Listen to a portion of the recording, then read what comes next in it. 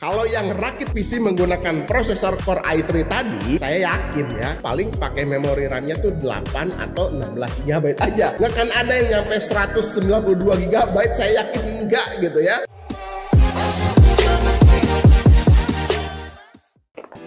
Assalamualaikum teman-teman, saya Randy Adha, Sekilas IT.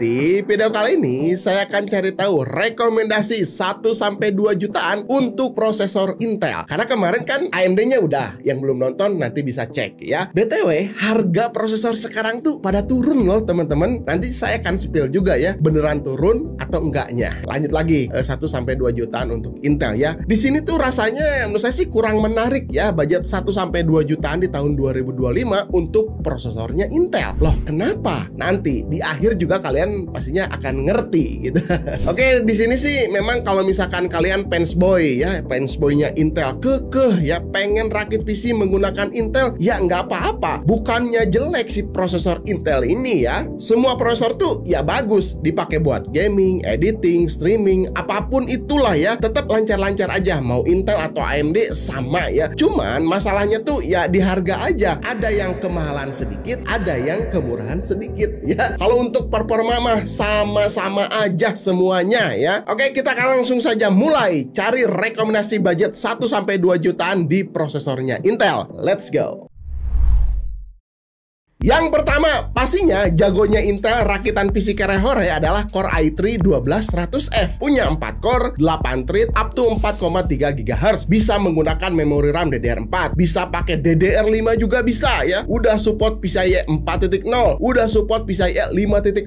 Tapi itu tergantung motherboard yang digunakannya nanti ya. Terus punya Turbo Boost teknologi 2.0. Harga di e-commerce-nya versi tray ya, cuman 840 ribuan aja. Wah, ini kan menarik gitu ya. Pasti ada yang nanya, "Bang, kan udah ada Core i3 13100F dan yang terbaru juga udah ada Core i3 14100F."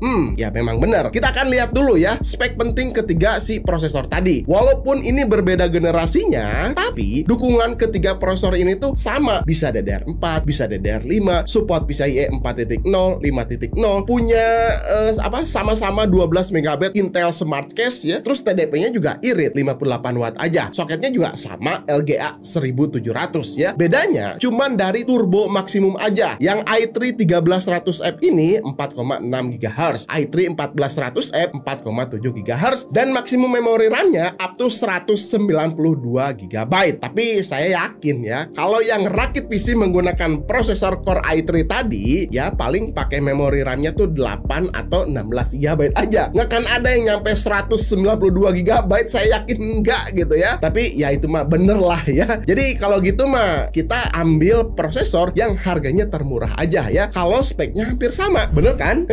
Yang i3 12100F tray 840 ribuan, ya itu sih udah paling worth it ya. Kalau harga i3 13100F ketika saya lihat di e-commerce harganya 950 ribuan. Kalau yang i3 14100F versi box tuh mahal 1,4 jutaan. Cuman ketika saya nyari di e-commerce yang tray tuh saya belum nemu ya di bulan Agustus 2025 ini. Nanti kalau misalkan kalian ada, coba komentar aja di bawah ya. Kecuali nih ya, ada Core i3 13100F yang tray harganya di bawah 900 ribu ya. Ya udah, itu ambil aja yang i3 13100F. Sepertinya ya mudah-mudahan ya i3 13100F ini harganya udah turun. Nanti kalian bisa cek harga terupdate-nya untuk i3 13100F apakah di bawah 900 atau enggak.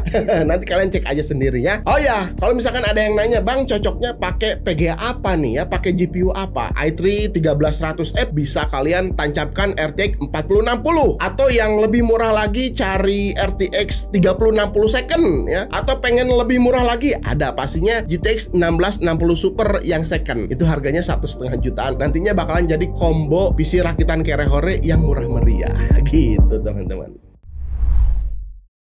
Lanjut, rekomendasi nomor 2. Kita akan cari tahu. Ini kalau misalkan kalian berencana rakit PC baru ya, menggunakan GPU eksternal langsung di pertengahan tahun 2025 ini. Kalian bisa pakai Core i5 14400F. Dia tuh udah punya 10 core, 6 performa core dan 4 efficiency core. Terus untuk thread-nya 16 thread up to 0,47 GHz. Kenceng ya. Untuk smart case-nya di sini udah 20 MB terus TDP-nya juga masih irit 65 watt aja, udah support PCIe 4 dan PCIe 5.0 juga, jalur PCIe-nya udah 20, soketnya masih sama LGA 1700. Harga tray ketika saya lihat di e-commerce 1.965.000-an. Ya, menarik gitu ya. Ketika kita bandingkan dengan Core i5 generasi ke-13-nya 13400F di harga yang hampir mirip 1,9 jutaan. Nah, kalau mau rakit PC yang baru khususnya pakai GPU, ya rekomendasinya ya udah Core i5 Gen 14 aja sekalian gitu ya. Selisihnya cuma 50.000 doang, dapat generasi baru dan turbo maksimumnya juga jauh lebih tinggi. Jadi ya cocok kalau misalkan kalian mau rakit PC menggunakan GPU-nya RTX 5060 Ti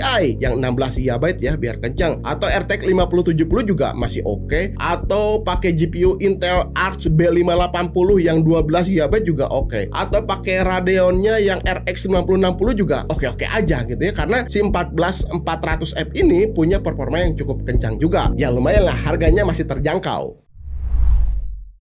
Lanjut, rekomendasi yang ketiga. Kita akan cari tahu lagi ya, kalau kamu nyari budgetnya yang lebih murah dari atau di antara nomor 2 tadi ya, tetap mau pakai prosesornya Intel generasi middle. Nah, prosesor ini sih cocok kayaknya. Core i5 12400F punya 6 core ya, 6 performa cores, terus 12 thread, up to 4,4 GHz, 18 MB Intel Smart Cache, tapi ya ini juga sama ya, tetap bisa pakai DDR4, DDR5 juga bisa. Support PCIe 4.0 dan 5.0 juga sama. Jumlah PCIe juga sama 20. Soket LGA-nya juga sama LGA 1700. Dan untuk harga tray-nya sekitar 1,5 jutaan. Tuh kan bisa hemat 400 sampai 450 ribuan ya dibandingkan dengan nomor 2 tadi. Tapi tetap masih sama dukungannya, semuanya sama kayak barusan saya sebutkan gitu ya. Terus kalau misalkan kalian mau rakit PC pakai GPU apa yang cocok kira-kira? Pakai 3060 cocok. Pakai 4060, 5060 juga cocok. Kalau misalkan pengen lebih murah lagi, cari RTX 2060 Super yang second atau RX 6600 XT yang second juga harganya ya 2,5 jutaan. Ini pastinya bakalan jadi rakitan PC yang murah tapi punya performa yang cukup bisa diandalkan.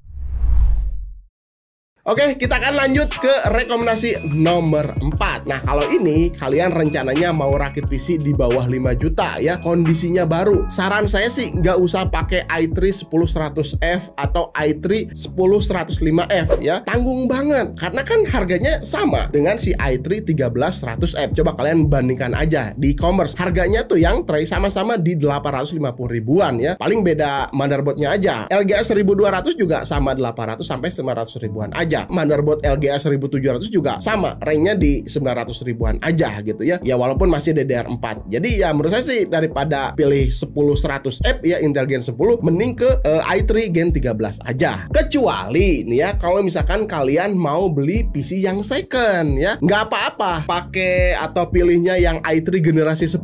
Harganya biasanya tuh udah murah-murah. Kadang ada yang 3,5 atau 4 jutaan udah 1 unit PC ya, walaupun tanpa monitor ya. Yang harga second pakai Intel Gen 10 nggak apa-apa, itu harganya murah dan performanya juga ya cukup lah dengan harga yang kita keluarkan. Tapi kalau misalkan kalian rakit PC baru mah ya udah mending i3 Gen 13 yang tadi. Paling di sini yang kalian harus perhatikan adalah dari power supply-nya. Walaupun beli PC bekas atau baru ya tetap harus pakai power supply yang punya listrik yang stabil. Misalkan XPG Pylon 550 watt yang bronze gitu ya. Karena kan perlindungannya juga udah lengkap ya. Jadi aman kalau listrik di rumah kalian voltasenya naik turun ya, bisa distabilkan oleh si power supply ini. Atau di rumahnya sering mati listrik tiba-tiba ya, jadi nggak usah khawatir kalau kita menggunakan power supply yang berkualitas.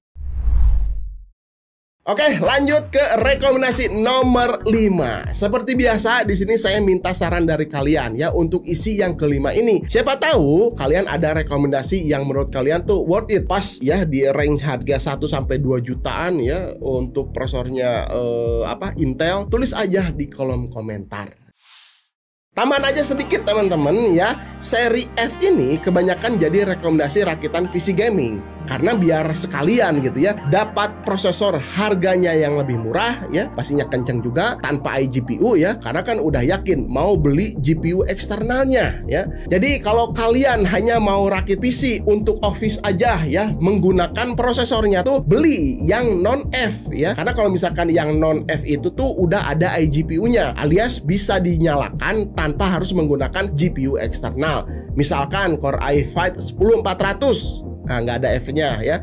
Core i3 12100, Core i5 12400 ya, nggak ada F-nya gitu ya. Nah, ini bisa dinyalakan tanpa menggunakan GPU eksternal. Oke, gitu aja teman-teman. Mudah-mudahan video ini bisa bermanfaat untuk kalian. Jangan lupa like dan share video-video dari Sekilas IT. Sampai ketemu di video berikutnya. Saya Randy Adaha, Sekilas IT. Assalamualaikum warahmatullahi wabarakatuh. Salam teknologi.